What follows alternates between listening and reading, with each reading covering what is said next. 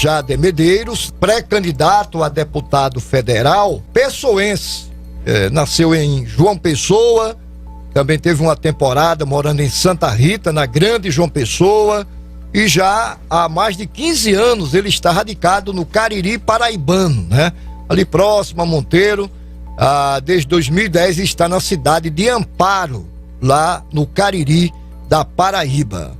Pastor Jader, muito boa tarde, os ouvintes da Guarabira FM, Sistema Correio de Comunicação.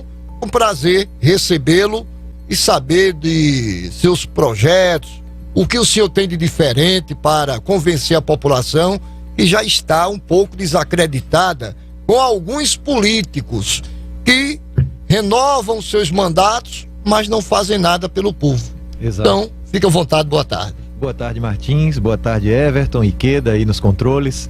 Para mim é um prazer, é um privilégio estar aqui, ter essa oportunidade de compartilhar um pouco daquilo que Deus tem feito no sertão e no Cariri através da minha vida, e querendo Ele, permitindo Ele e o povo futuramente ampliar isso daí para todo o estado da Paraíba, se assim for da vontade do Senhor. Bem, eu gostaria de saber como surgiu de fato nessa oportunidade e que despertou o pastor Jader Medeiros para sair pré-candidato a deputado federal. O senhor tem familiares na política, já disputou algum cargo eletivo? Isso foi influência da própria igreja ou de algum amigo? Como surgiu essa possibilidade do senhor sair como pré-candidato a deputado federal? Eu gostei da sua pergunta, porque tanto vou poder esclarecer como eu caí aqui, né? Como também revela que existe realmente essa cultura no nosso estado da Paraíba de uma política hereditária, né? Meia monárquica, que vai passando de pai para filho, né? A gente às vezes vota no automático pelo sobrenome do camarada, né? Nem pelo nome. E passa a geração, passa a política e as promessas são sempre as mesmas porque os problemas não são resolvidos. Bom, nunca fui político, sou pessoense, como você já falou para o seu público. Aliás, boa tarde a todos aqui do Balanço Geral, pessoal que nos escuta. Desses 15 anos trabalhando no Cariri e no sertão, com projetos sociais, perfuração de poços, doação de cestas básicas, isso há mais de 15 anos, você há de convir que já tivemos vários convites para entrar na política. De vereador a vice-prefeito e deputado estadual, não faltou convite. E minha resposta sempre foi a mesma: não, muito obrigado, não tenho aspirações políticas, nem tenho interesse político.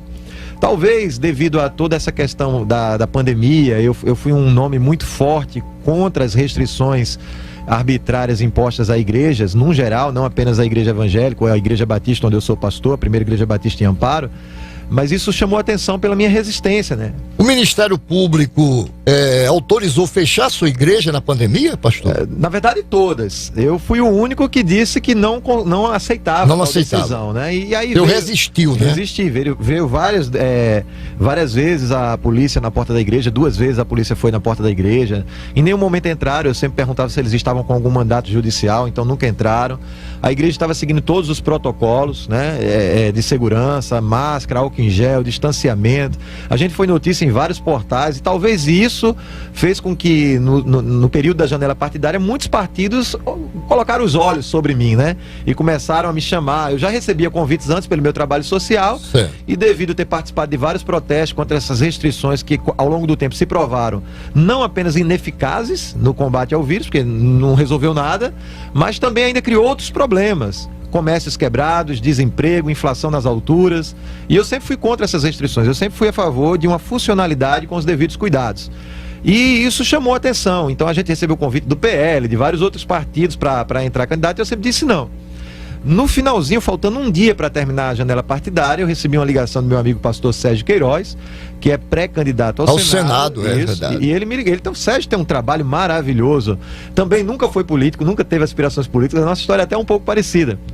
Você sabe, como pastor, nós temos muito o que perder diante da opinião pública quando entramos na política. Isso porque a gente já criou uma ideia de que política é coisa pra gente sem vergonha, gente safado, gente corrupto. O povo já aceitou isso. Gente de bem não se envolve com a política. E de tanto se falar isso, a gente aceitou que os maus podem se envolver e o pior, a gente ainda vota neles. A gente ainda coloca eles lá. Porque eu sempre faço essa pergunta: se os maus estão lá, quem colocou? O senhor é pastor há quantos anos e a sua igreja, pastor, lá em Amparo? Eu sou pastor desde 2007. Desde 2007. Fui ordenado cedo, aos 21 anos de idade. Aos 18 eu já estava no seminário. Aos 21 fui ordenado. E estou em Amparo desde 2010. Mas também já fui pastor em Nova Floresta, na Igreja Batista Nova Floresta, meu amigo pastor Munguba. Já fui pastor em Caraúbas também, na Igreja Batista Betel de Caraúbas, e desde 2010 estou em Amparo. Agora, sua base política mesmo, assim, é o Cariri, paraibano, apesar de ser pessoense? Na verdade, eu tenho um privilégio que poucos têm, né, de ser conhecido relativamente em boa parte do estado da Paraíba. Devido à natureza do nosso trabalho missionário, né, a gente criou laços, Cajazeiras, Souza. A região do Brejo é uma região que a gente não trabalhou muito, até pela natureza do nosso chamado, a questão de combate às crises hídricas no semiárido, né? Se bem que eu já estou sabendo que Guarabira também sofre eventualmente com a questão de falta d'água, né? Então, tudo isso me criou uma base, vamos dizer assim, na região de Cariri e Sertão. Mas devido ter crescido, me criado ali em Santa Rita e ter vários parceiros em João Pessoa, isso também me favorece na região da Grande João Pessoa. O senhor hoje é filiado ao PRTB, PRTB, né? o Partido Trabalhista Renovador. Renovador. E como é que está o cenário político paraibano? Como é que o senhor vê aí a questão política? Muita movimentação, pré-candidaturas lançadas para governador.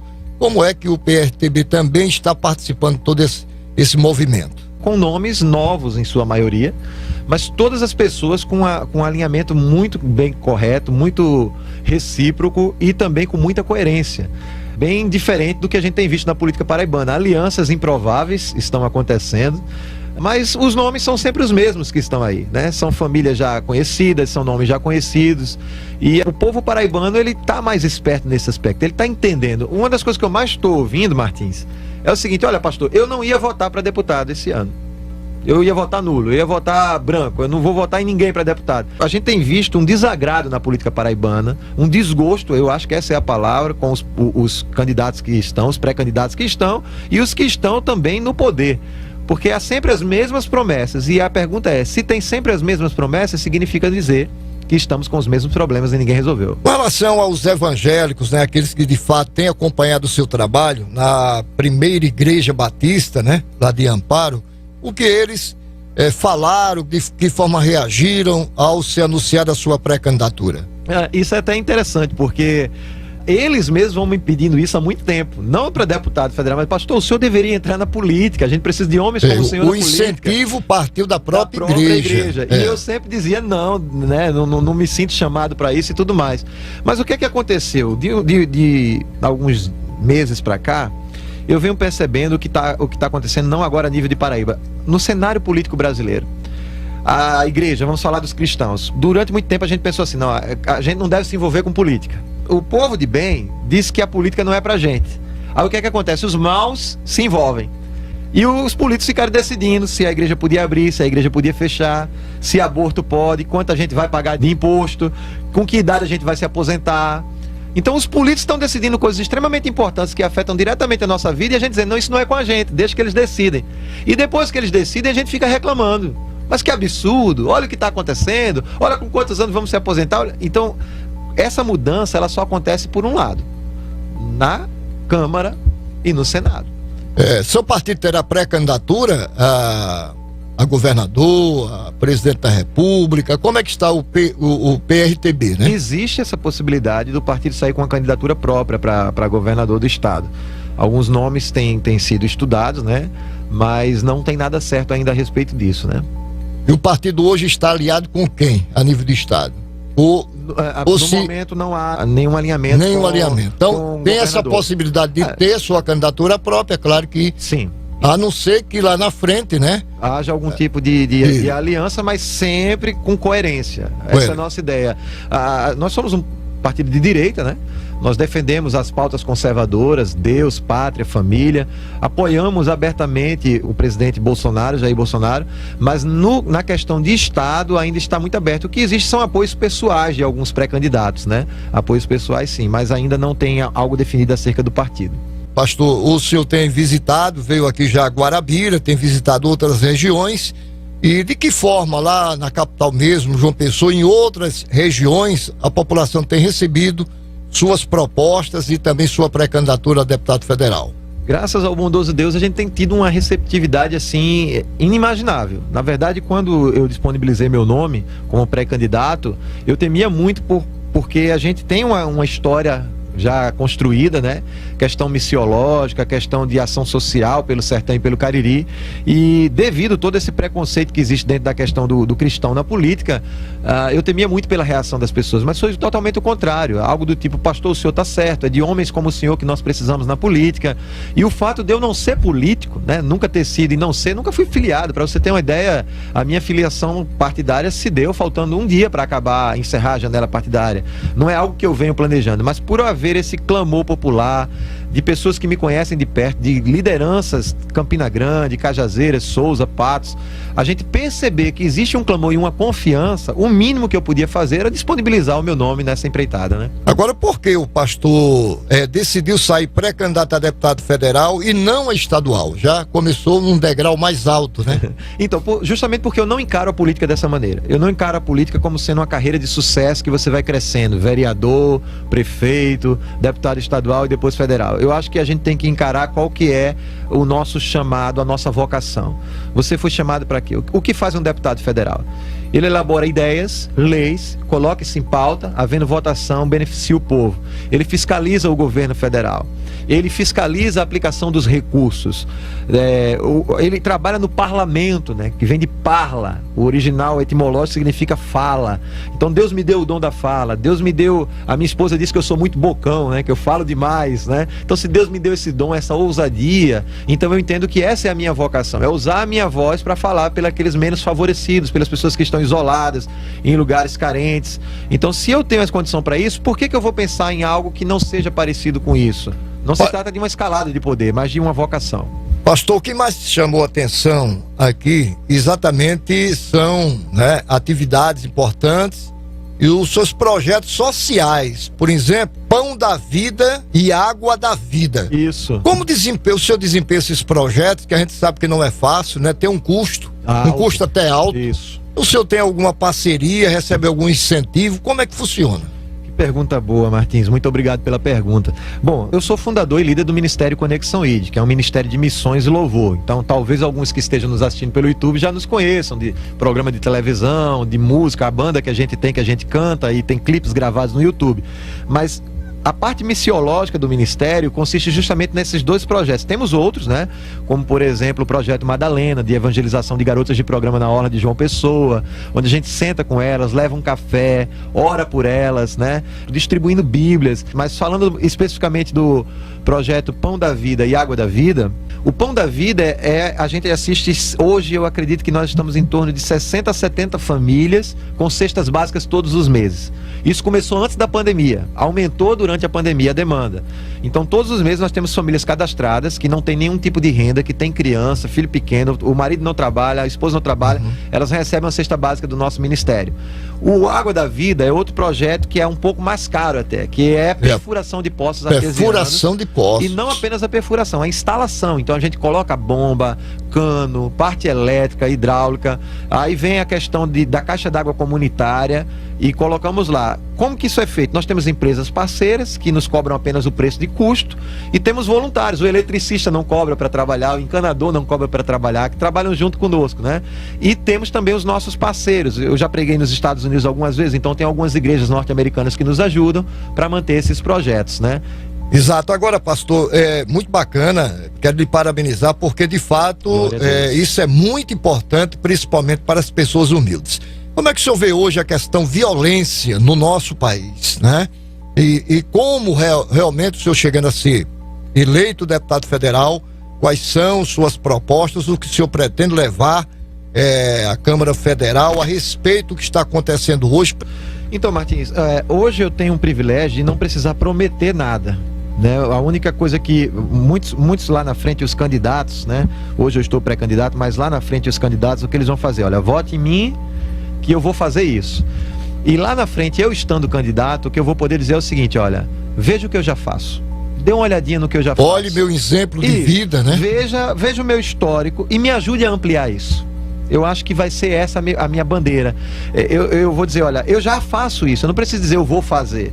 Eu vou querer ampliar isso, claro, mas a Paraíba é um estado enorme, que tem demandas diferenciadas. Guarabira não tem, por exemplo, demandas de perfuração de poços artesianos, mas Guarabira tem demandas de pegar uma obra adutora, por exemplo, que está desde 2016, sendo prometida de ser concluída, de ser colocada em condições, e não foi feita ainda. Tem a questão da segurança pública. Acidente de trânsito aqui em Guarabira está altíssimo. Só ontem teve 3. 3 acidentes. 3 acidentes. Então, assim... O senhor está bem informado, viu? Ah, sim. A questão mobilidade urbana. Exato. E infraestrutura, que a cidade ainda está muito distante, né? O senhor disse que já passou por aqui, já concedeu várias entrevistas nas emissoras.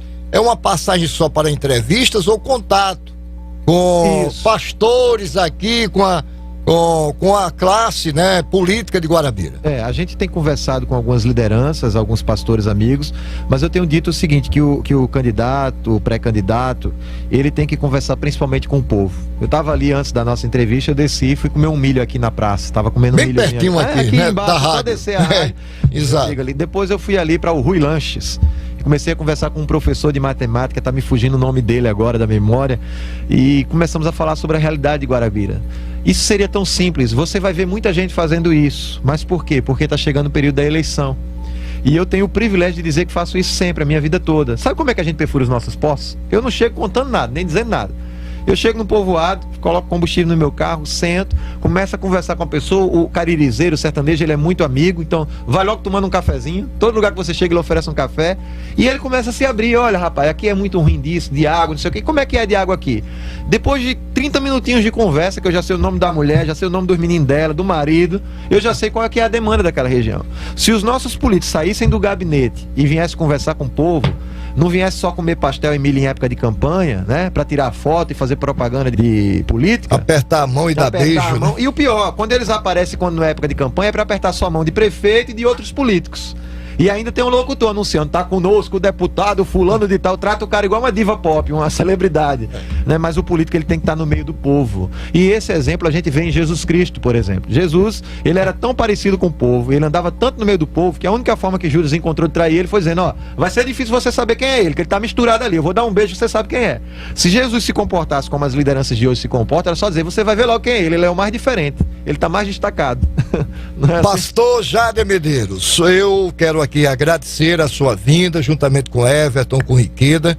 Gostei muito da sua pessoa, coisa boa, meu irmão, da sua desenvoltura na entrevista, do que o senhor pretende fazer chegando deputado federal. Tem boas propostas e, de fato, fiquei muito satisfeito. Gente, eu fico de um modo geral, viu? Isso. Muito quero lhe obrigado, agradecer aqui a Guarabira FM pela entrevista concedida aqui ao nosso programa. Obrigado a todos que fazem Guarabira FM, obrigado Iqueda, Everton, obrigado a você ouvinte. Se quiserem conhecer mais sobre o nosso trabalho missionário, é só seguir lá no Instagram, PR Jader Medeiros.